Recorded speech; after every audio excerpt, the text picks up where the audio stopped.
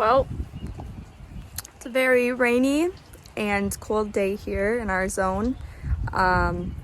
It's been raining for the past few days pretty consistently, which is good in terms of plant growth. It's always ideal to plant before some rain, as long as it's not a thunderstorm. So that actually worked out really well to plant my wildflower seeds before that came.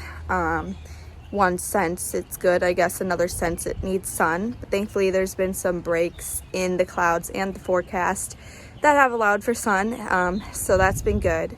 And I have a very, very exciting update. My husband was just outside, and from the inside of our house I can't tell, but he went outside and he noticed that the wildflower seeds are sprouting. I'm so excited to show you this.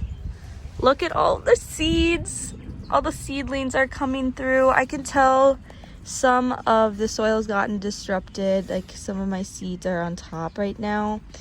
But I don't really want to touch anything because there are some that are properly sprouting, and I don't want to affect that. And I'm just so excited to see some seeds here are sprouting on the surface as well. I think in hindsight, with the squirrels, the way they were coming in the garden for a bit, they're affecting my seeds and how they're coming up. So I think I probably should have covered with some more soil.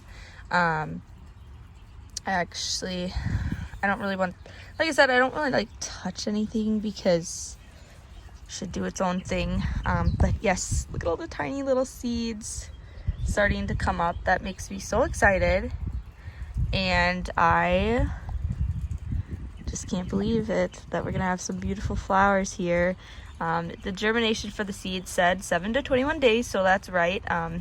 Some of these, a good amount of these are blossoming after 7 days, so that is right on track with that. And we'll have blooms in about, I think it said, like, I can't remember what I said in the last video, but I think it was over 50 or 60 days. So hopefully some things will start to show up here soon. And I just wanted to share that update with you this week.